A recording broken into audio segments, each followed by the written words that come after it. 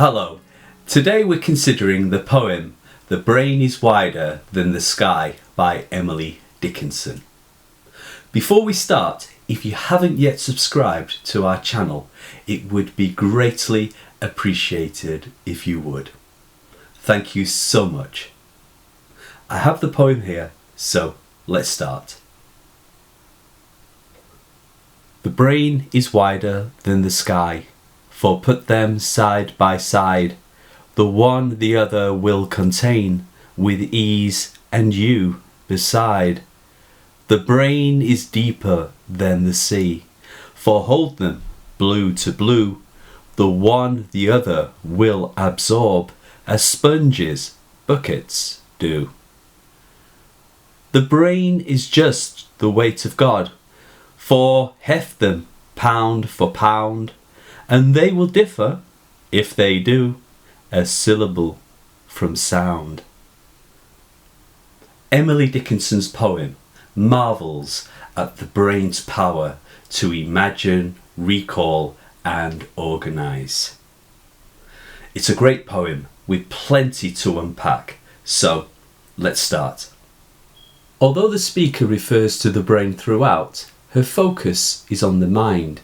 To create a concrete image for an abstract concept like thought, she employs metonymy, a form of substitution, and uses brain to represent the mind. On line 1, Dickinson uses hyperbole, exaggeration. The brain is wider than the sky, to suggest the mind's imagination is limitless. The comparative wider suggests our imagination is far more wide-reaching than even the sky. For put them side by side, the one the other will contain, with ease and you beside. Our imagination is powerful enough to metaphorically contain whole worlds within it, represented by the sky. Dickinson uses direct repetition, diacope, side by side, to stress the relationship between our imagination and the physical world, represented by the sky. The caesurae, in the form of dashes, draw out these lines from the page, making them seem wider, mirroring Dickinson's reference to wider than the sky. In line 4, the poet uses assonance to slow down our reading of the poem, so we may reflect on her important message that our mind can metaphorically swallow whole worlds, with ease and you beside. Using you immediately involves the reader. Dickinson demonstrates the brain's power by using her imagination to picture her future readers, you and me, which is a humorous and astonishing idea. This playfulness and direct address engage us further. Enjambment, run-on lines, makes the poem appear conversational and engages us further. The one the other will contain, with ease and you beside, making it lyrical, musical and rhythmic to make memorable her important message. The poem alternates between lines of iambic tetrameter, 4 iambs per line for a total of 8 syllables, and lines of iambic trimeter, 3 iambs per line, 6 syllables. An iamb begins with an unstressed syllable and ends on a stressed syllable. For example, consider the poem's 2 opening lines. The brain is wider than the sky, for put them side by side. This steady sing-song rhythm makes reading pleasurable and her important message memorable. On lines 5 and 6, she develops her theme. Not only is the human mind expansive in thought, wider than the sky, but it is deeper than the sea. Comparing the brain to the sea suggests we are capable of deep thoughts, reflection, and problem solving. As she builds her argument supporting the brain's preeminence, Dickinson employs the rhetorical device parallelism. In stanza 1, the comparison between the mind and the sky is followed in stanza 2, where she compares the brain with the sea. The diacope we saw on line 2 with side by side is used again on line 6. Here, blue to blue conveys that the human mind and the sea are inherently similar. This connection is reinforced through alliteration, the plosive B sound in brain and blue.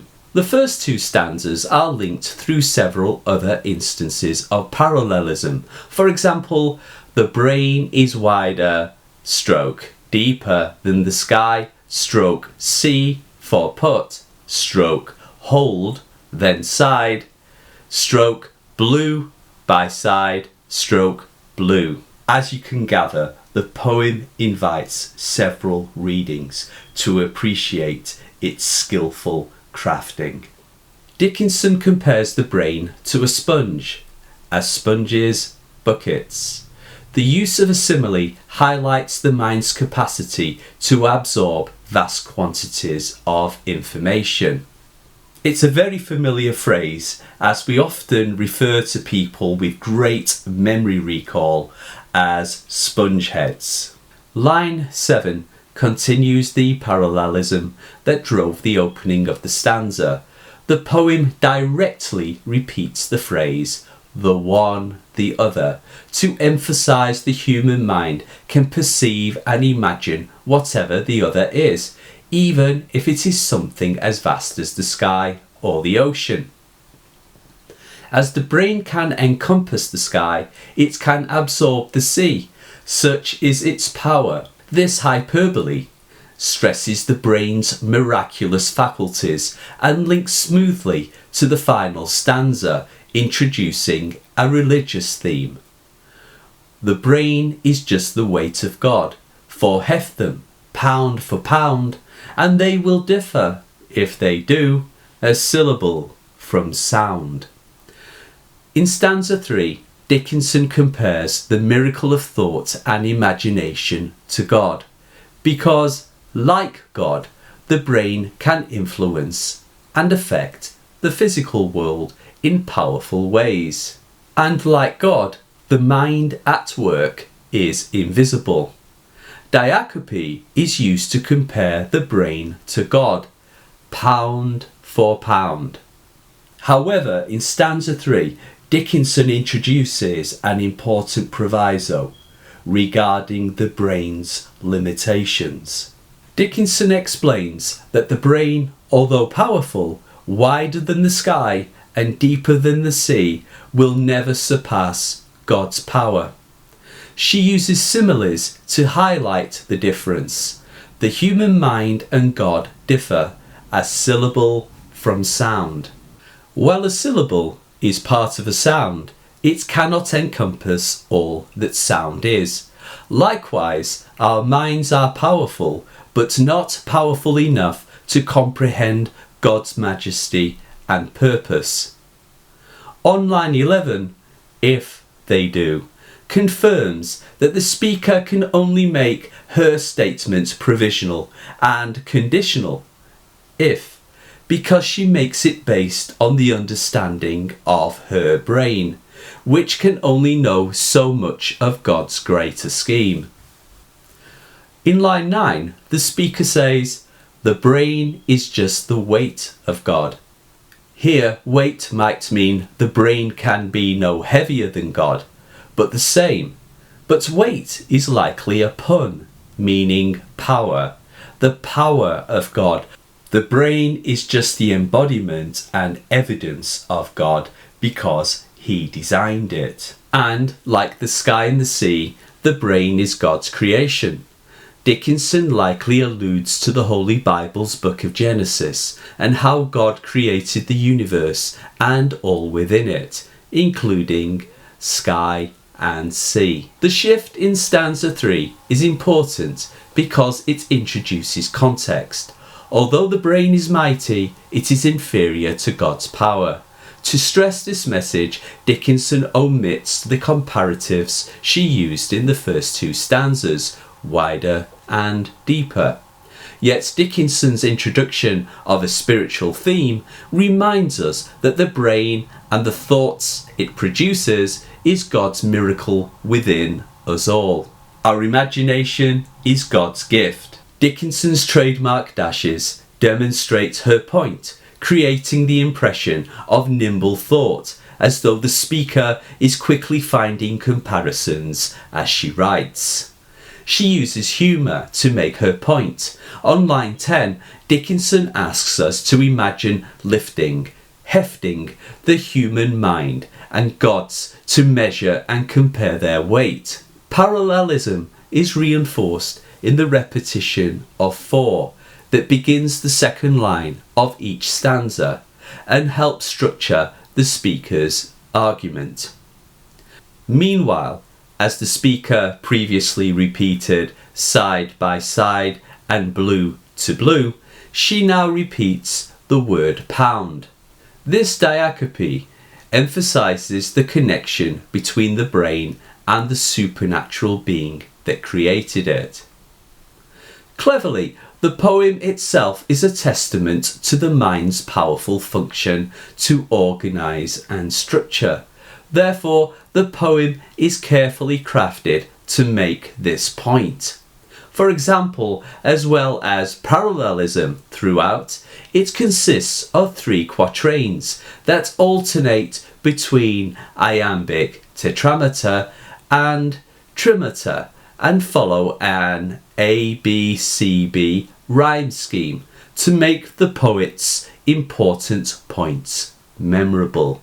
The 3 quatrains are specifically ballad stanzas, meaning they employ a steady metre throughout. For example, the brain is wider than the sky, for put them side by side.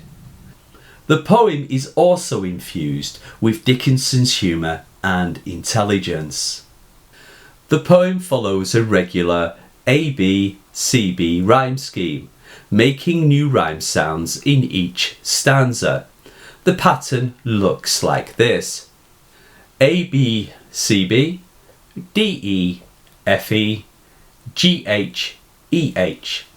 The poem is carefully crafted to demonstrate the mind's power to structure. The poet focuses upon the world of logic rather than emotion, and how logic and imagination interlink. This poem doesn't have a specific setting because this is a poem of the mind.